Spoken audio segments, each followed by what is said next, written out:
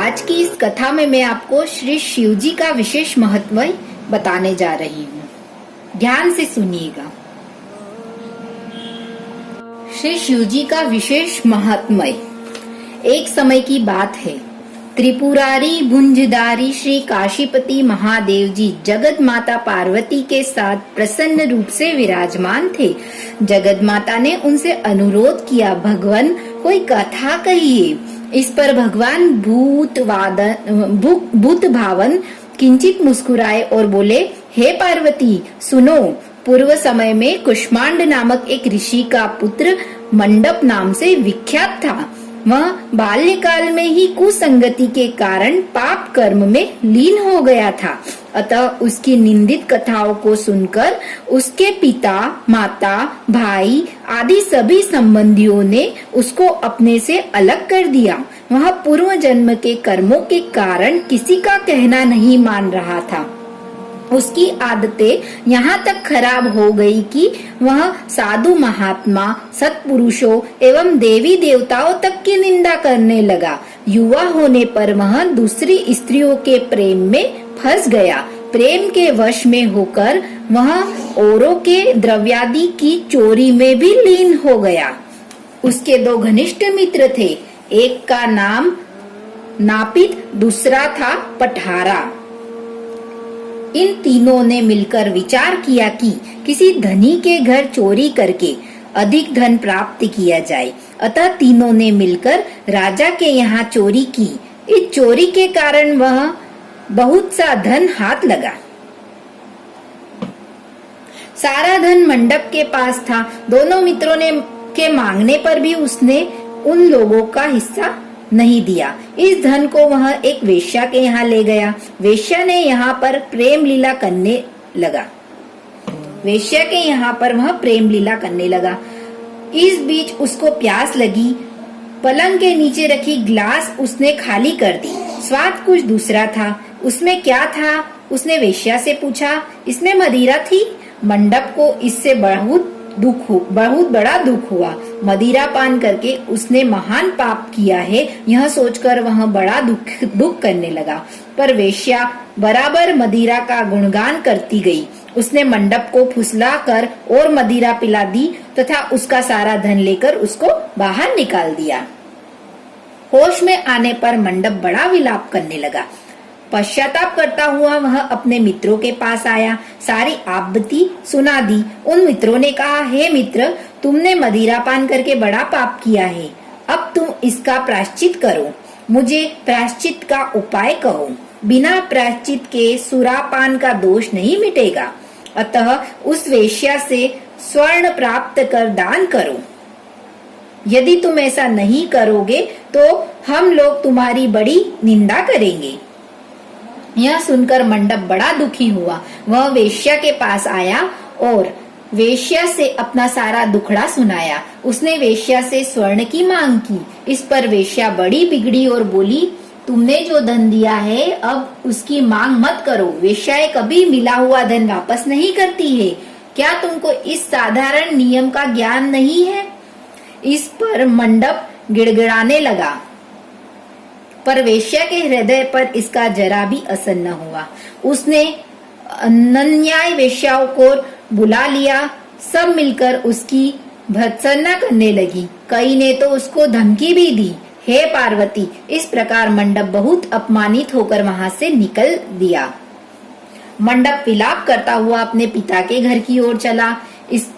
इसके दोनों मित्र पीछे लग गए। जब मंडप पिता के सामने आया तो दोनों मित्रों ने उसका हाथ पकड़ लिया। बोले, मंडप, हम लोगों ने मिलकर राजा के यहाँ चोरी की है, पर तुमने हम लोगों का अंश नहीं दिया है। तुम हम लोगों का अंश दो।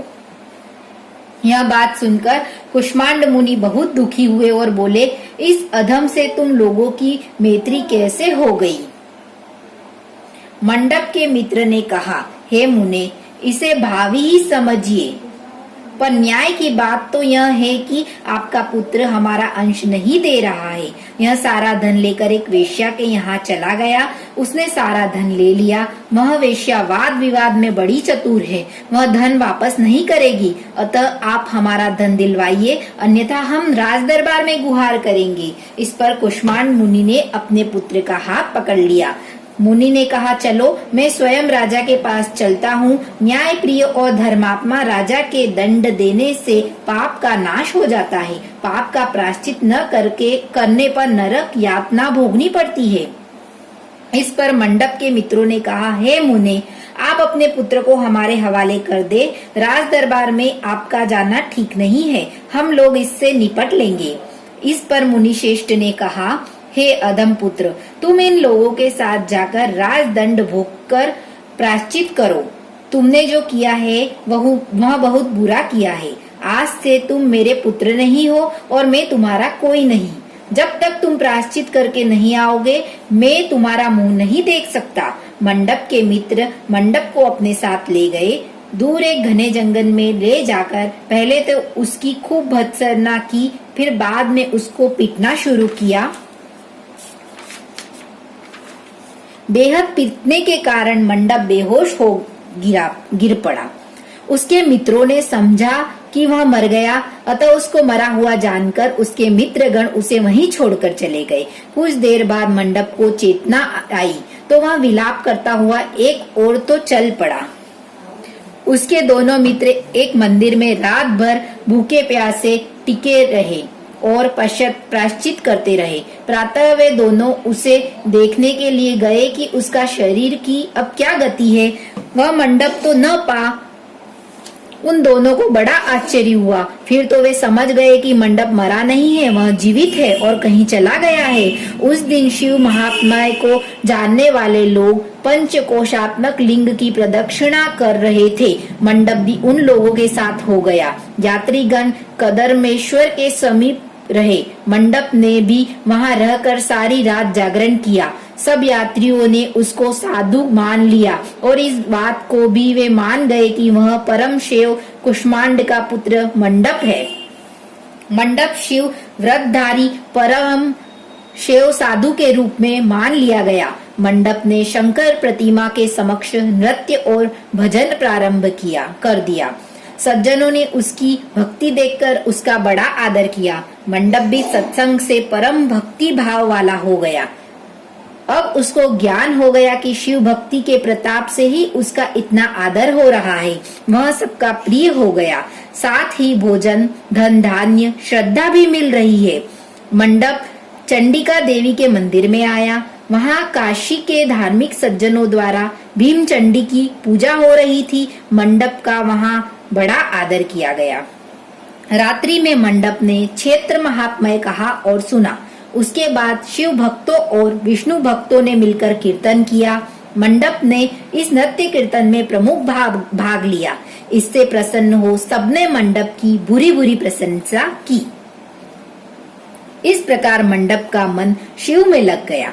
हे पार्वती, इस प्रकार मंडप मेरे क्षेत्र की प्रदक्षिणा करने लगा। ब्रह्म हत्या, सुरापान और चौर्य कर्म आदि पापों से छुटकारा पाने के लिए मेरी स्तुति करने लगा। इस प्रकार की आराधना से वह सारे पापों से मुक्त हो गया। देहली विनायक में आकर मंडप जिह्वा की लुलुपता से मुक्त होकर केवल शिव शिव का उच्चारण करने लगा। उसकी इस साधना और भक्ति भाव को देखकर सर्वत्र उसका बड़ा आदर और मान सम्मान होने लगा। हे पार्वती, मंडप ने अन्न जल सब त्याग दिया और बार बार विलाप कर कहने लगा कि ब्राह्मण शरीरधारी होकर भी मैंने स्वर्ण की चोरी की, साध्वी माता को ठगा, वेश्यागमन सूरापान किया, ब्राह्मण शब्द का हनन किया। पश्चाताप से मंडप विहल हो गया। हे देवी, मंडप के मन में वह विचार आया कि मेरे क्षेत्र की प्रदक्षिणा करने से वह सारे पापों से मुक्त हो जाएगा। अतः वह काशी काशी शिव शंकर शिव शिव की रटन लगाकर अपने पापों का प्रायश्चित करता हुआ मेरे क्षेत्र की परिक्रमा करने लगा। रामेश्वर लिंग में आकर उसने स्नान पूजन किया।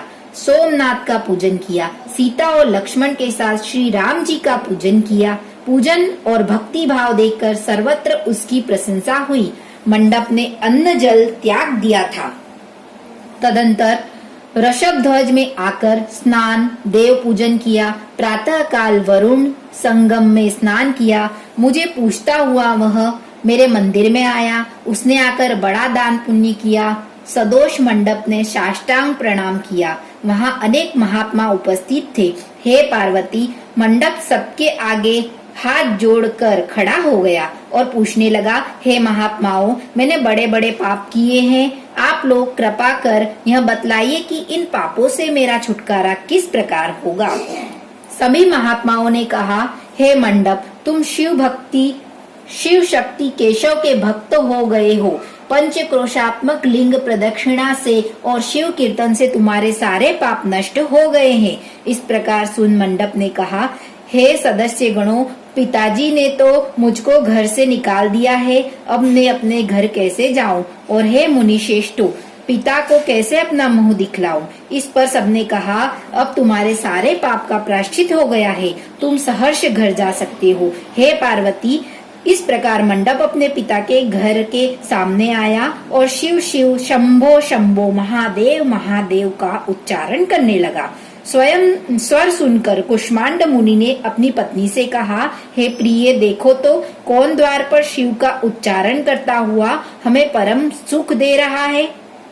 शिव नाम की अमृत वर्षा कौन कर रहा है? मुनि पत्नी के द्वारा द्वार पर अपने पुत्र को देखा। हे पुत्र, तुम्हारा आना कैसा हुआ?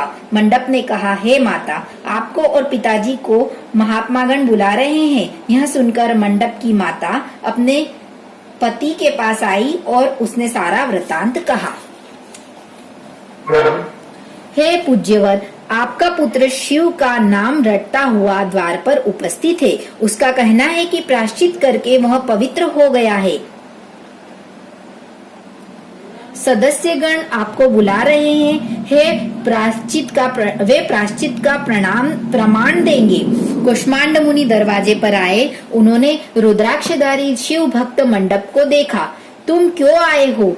थोड़े से प्रायश्चित से बड़े पाप का नाश नहीं होता है। मंडप ने कहा, हे पिताजी, इसमें कोई संदेह नहीं कि मैंने बड़े बड़े पाप किए हैं। इतना होने पर भी महात्मागण आपको बुला रहे हैं। मुनि अपनी पत्नी के साथ महात्मा गणों के पास आए। महात्माओं ने एक स्वर से कहा, हे मुनीश्वर, आपका पुत्र समस्त पापों से मुक्त हो गया है।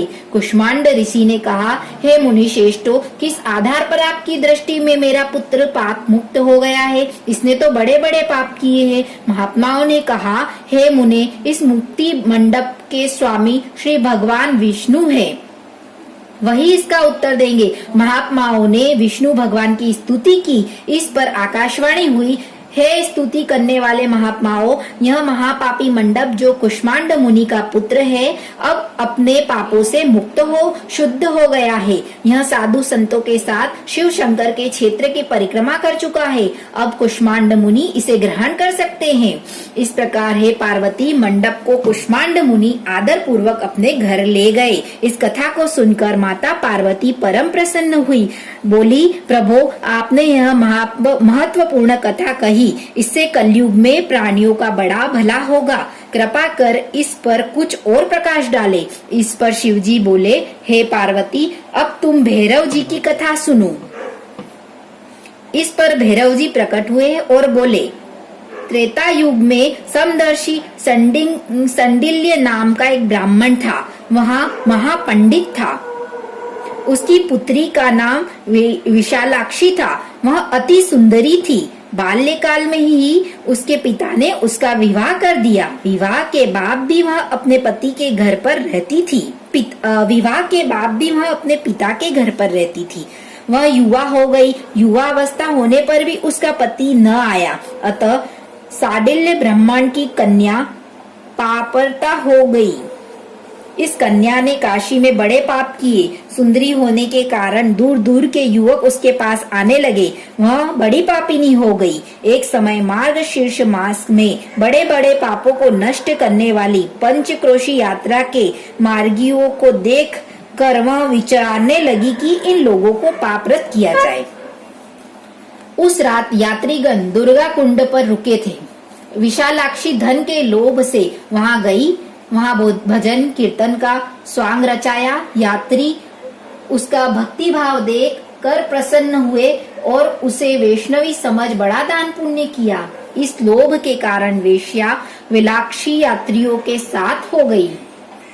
कर्दमेश्वर, देहलीश, रामेश्वर में उसने निवास किया और वरुण संगम में स्नान किया। यात्रियों द्वारा उसने काशी महात्म्य की कथा भी श्रवण की। इस सत्संग समागम से विशालाक्षी की आंखें खुल गई। उसने अपने पर बड़ा पश्चाताप किया। यात्रियों का सारा धन उसने लौटा दिया और पाप से अलग होने का निर्णय कर लिया। उसने महात्माओं से पूछा, हे देवताओं, मैं बड़ी पापिनी हूँ, कृपया मेरे मुक्ति का उपाय कीजिए। इस पर महात्माओं ने कहा, देवी तुम धन्य हो, तुमको पापों से भय नहीं करना चाहिए। तुमने काशी क्षेत्र की प्रदक्षिणा की है, अब तुम हमारे साथ प्रदक्षिणा जारी रखो। विशालाक्षी ने उपयुक्त वचनों पर विश्वास किया। वह महात्माओं के साथ हो गई। 5वें दिन सभी यात्री वृषभ खंड में रहे, वह भी उन्हीं के साथ रही। सभी ने वरुण संगम में स्नान किया और आदि केशव का पूजन किया। विशालाक्षी मुक्ति मंडप में आई। उसने बड़े भक्ति भाव से शिव शंकर की पूजा की। इस प्रकार विशालाक्षी सभी पापों से मुक्त हो गई। उसके पिता शांडिल्य ने बड़े आदर के साथ उसे अपने घर में स्थान दिया। वह इस प्रकार पवित्र हो गई। भैरव जी बोले, हे पार्वती, यह काशी क्षेत्र का महात्म्य है। इसे पढ़ने, सुनने, सुनाने से सबका कल्याण होता है। हर हर महादेव की जय, माँ पार्वती की जय। वीडियो पसंद आया हो तो नीचे दिए गए सब्सक्राइब बटन पर क्लिक जरूर कीजिएगा।